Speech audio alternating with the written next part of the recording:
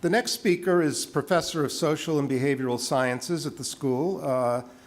She also is affiliated with the Dana-Farber Cancer Institute, where she is Faculty Vice President for Faculty Development and Director of the Center for Community-Based Research. She directs the Harvard School of Public Health Center for Work, Health, and Well-Being, and in her research, she designs and tests interventions to promote healthy behaviors and workplace safety and health. She was the first to demonstrate that integrating occupational health and safety with health promotion can affect health behavior change in workers. She works directly with large and small businesses and with workers in several service industries, including construction and healthcare. It's a pleasure to introduce Professor Glorian Sorensen, who will speak on the application of comparative effectiveness research to test worksite interventions. Thank you, Milt. I'm delighted to be here. And I think I'm going to give a slightly different perspective than the prior two speakers. And starting with the idea that, as Milt and also Dean Frank mentioned in the very beginning, what we are trying to do is focus very much in our public health approaches on prevention. And worksite approaches can be an important piece of those prevention efforts. Just to note, I have no conflicts of interest to note. So what I want to mention particularly today is I'd like to talk about worksite interventions and the role that they may have within preventive approaches. I'd like to give our perspective on study design issues and how we are looking at cost effectiveness in the larger question of how we do randomized controlled studies. I will provide one case example of the work that we've been doing to illustrate this type of an approach and give you a little bit of my ideas on future questions for cost effectiveness, for comparative effectiveness research that I think are particularly pertinent for future studies in the worksite. But let's start with what worksites might actually do in terms of health outcomes. And this is actually a little diagram produced by a report from the Robert Wood Johnson Foundation a few years ago that I think provides an excellent overview of the different things that might happen within workplace settings that impact worker health outcomes. So certainly there are health promotion activities that we are all well aware of that provide supports for healthier behaviors across a range of disease outcomes. Most workplaces have something to deal with health and safety, occupational safety and health issues, and these are particularly tied to what kinds of exposures might be prevalent on the job, might range from ergonomics in more white-collar settings where the kind of desk that you're sitting at and the way your chair fits to that is really important. But certainly in places where there might be more types of toxic exposures, such as control of chemical hazards, there's a wide range of approaches within occupational safety and health to think about ways to reduce those exposures. Increasingly, in addition, there have been strategies that have started to look at reduction of work-related stressors on the job that might range from generally an employee assistance program type of an approach, or potentially could be something situated in HR. And the last piece is also something that might sit in HR that might range from what are the benefits that a person gets, what's their medical benefits, but certainly also their sick leave, child care approaches that are all kind of under this larger umbrella. Now, if we just take this first one on the left and sort of think about health promotion, there's a very large literature on what kinds of strategies that we might consider, and certainly CDC has articulated a range of areas where the workplace can really impact health behavior outcomes. And they have, the CDC has worked with a larger effort and the community guide to really look across the evidence base and say, what are some of the things that are really effective? What can we know already in terms of the research that tells us what might work in terms of health behavior change within work sites? And I give you a few examples here ranging from certainly programs addressing obesity or stair use in terms of physical activity, or the role of incentives and competitions, particularly when they're combined with supportive interventions. This is an area that a lot of research has been done in, but from our perspective within our Center for Work Health and Wellbeing, we like to think of these as really overlapping a range of other issues that certainly impact worker health, and we can't really think of those independent from some of those worker health behaviors. So certainly the work environment is really critical, and I mentioned some of those environmental exposures, but there's also a really large and growing literature around organizational factors in the workplace that have an impact not only on the risk for injuries and other work-related exposures, but also for health behaviors. So for example, there's an increasing literature that workplace harassment is something that actually increases the risk of injuries on the job and also has particular potential impacts for obesity. So we are beginning increasingly to try to understand what is it about the work organization, the social norms, the organizational culture, the ability for people to take breaks or to have predictable schedules about which they have some control. All of those are really factors that might fit into this upper bracket. And that may also overlap with some growing literature around work, family, and community linkages. And certainly some of the scheduling issues that I just mentioned have important implications for families. And so we've started to look at things like, to what extent can workers make calls related to family issues when they're on the job? And as you can imagine, as with many of these types of exposures, these are things that vary considerably by type of worker. If you are in a high-paying job with more social status, with potentially your own office, you probably have a lot more control over some of these issues than if you're someone, say, working in the cafeteria or as a janitor or in other types of places where some of those issues may be more controlled. So what we've started to do is to look at how can we actually integrate some of these factors. So moving from beyond sort of a traditional health promotion program or traditional occupational health and safety or health protection efforts to really think about how those change when we think about an integrated approach. And what we see is that not only do our intervention targets change, but some of the assumptions about who holds responsibility for worker health actually begin to change toward moving toward more shared responsibility between workers as well as employers. So it's this work that has actually begun to foster some new initiatives within the National Institute of Occupational Safety and Health, which has now initiated what they call their Total Worker Health Initiative, which is really designed around integrating occupational safety and health protection with worksite health promotion. They have funded 4 centers of excellence, one of them being here at the Harvard School of Public Health, which I lead. And the research around this is increasingly pointing to a range of issues, not only in terms of the potential for greater behavior change, but also higher potential participation rates in programs, the potential for reduced occupational injury and disability, stronger health and safety programs, and potentially reduced costs. And I say potentially, that literature is still growing, and I think is fairly small. It has looked predominantly at the health promotion side, and has framed this less in terms of, it's really framed it predominantly in terms of return on investment. What much of the literature, and particularly with meta-analyses, have shown that, that a comprehensive, effective health promotion intervention within work sites can have a return on investment of $3 to $4.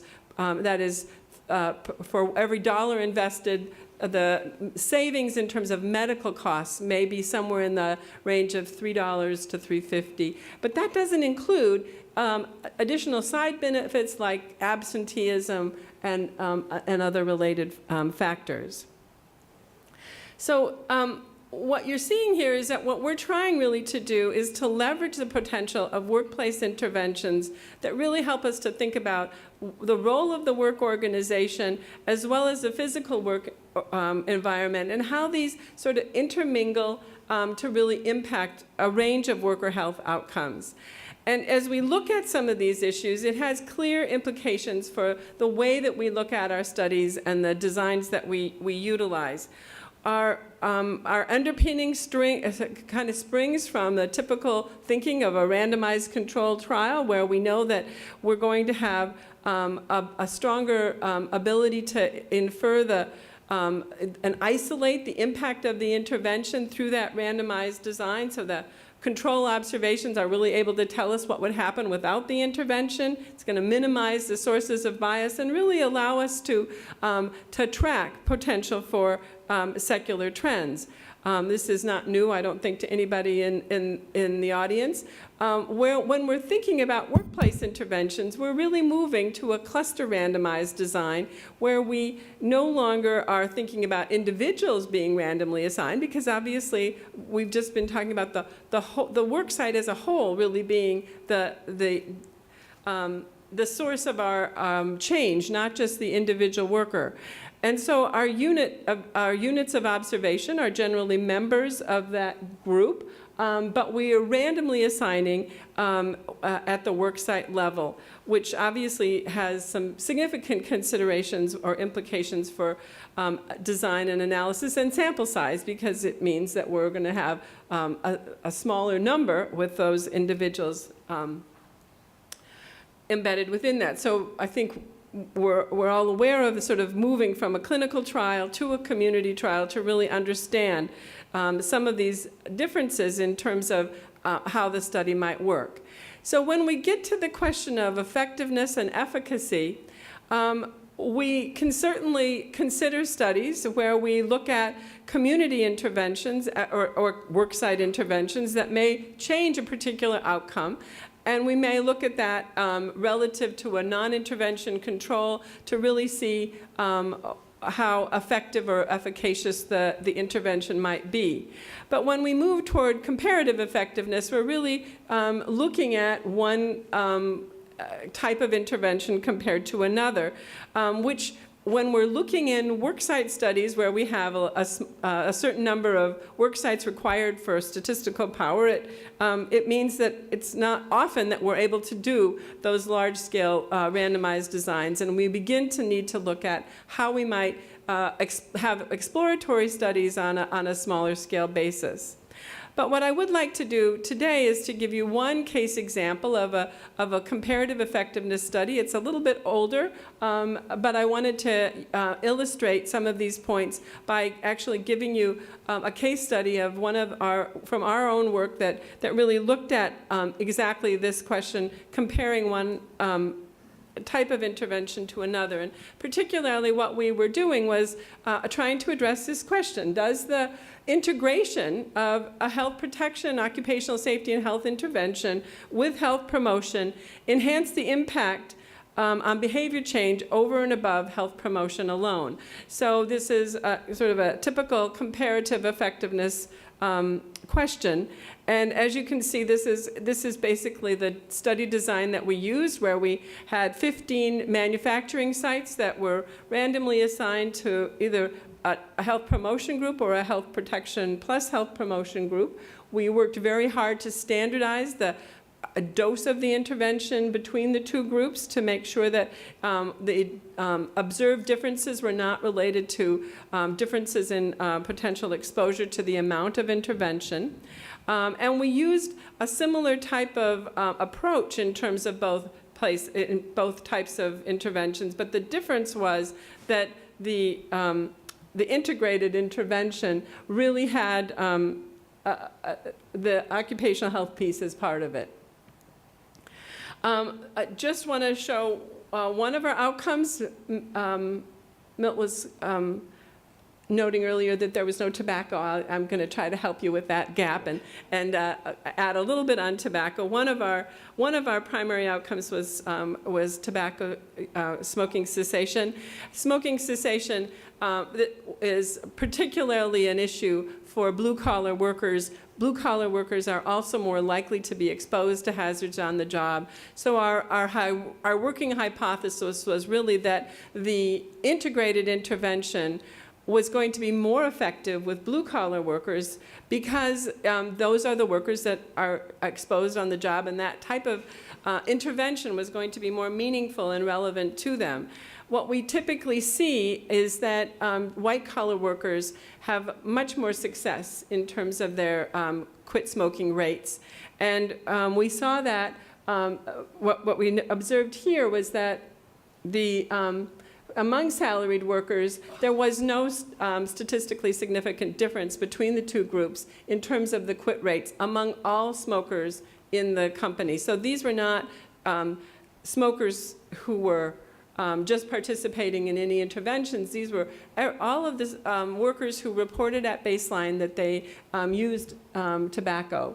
And what we saw was that quit rates in the integrated group among hourly workers, or what we really think of as the blue-collar group, really were comparable to that which we see in salaried workers, really diminishing or eliminating any kind of difference between hourly workers and salaried workers when we actually look at this. So a way of really beginning to address the disparities that we oftentimes see.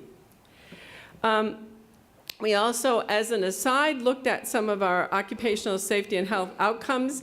And although we were not powered to specifically look at those worksite-wide differences, we did see improvements in terms of exposure protection in both groups. But what was different was that they were more source-focused in the integrated group, that is, following what we would recommend.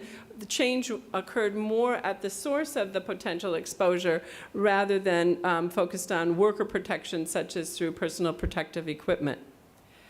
So that gives you one example of where we have been, what kinds of work we've been doing, and how that has informed our current work. We are looking toward the future in terms of comparative effectiveness research. Obviously, what I presented to you here was a comparison of an integrated approach with a health promotion strategy only. There have not been any studies, no studies have been done to compare the integrated approach directly to a health protection intervention addressing occupational safety and health alone. There's a range of other issues that we could consider, from participatory approaches to more top-down strategies. I mentioned the importance of the work organization, and obviously changes in the work organization are really central to moving forward with some of these worker health issues. And I see in the future a real need for that kind of research. And there is a growing emphasis as well on the family efforts and where to go with that. And obviously, the key question of the relative cost effectiveness of some of these alternative intervention approaches remains absolutely central as we move forward. So thank you very much. Let me stop there and take any questions. Thank you, Glorian.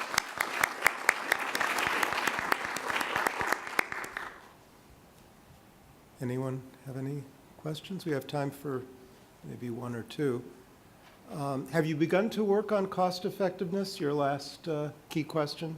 We have, in our most recent study right now, which is in healthcare, we have an economist who's working with us, who is helping us as we look at not only the potential cost effectiveness of a small-scale intervention, but also looking at this much more on a broader basis.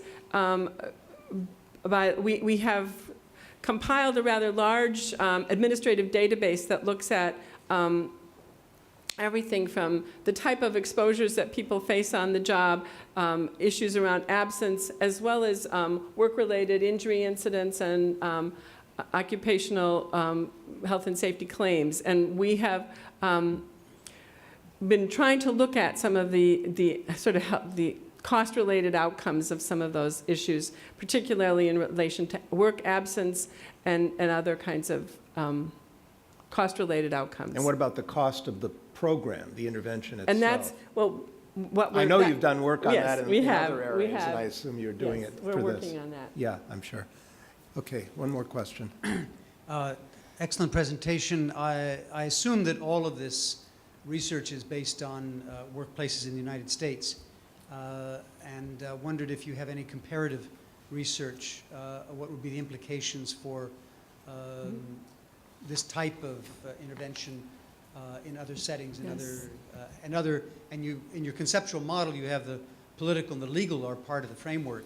And there are different political and legal frameworks that might be relevant. Curious to know if you've reflected on that. Thanks. We're actually in the middle of a study right now in Mumbai to look at a similar model of trying to integrate occupational health and worksite health promotion. And the setting is very different. There's not a tradition of worksite health promotion in many worksites in India.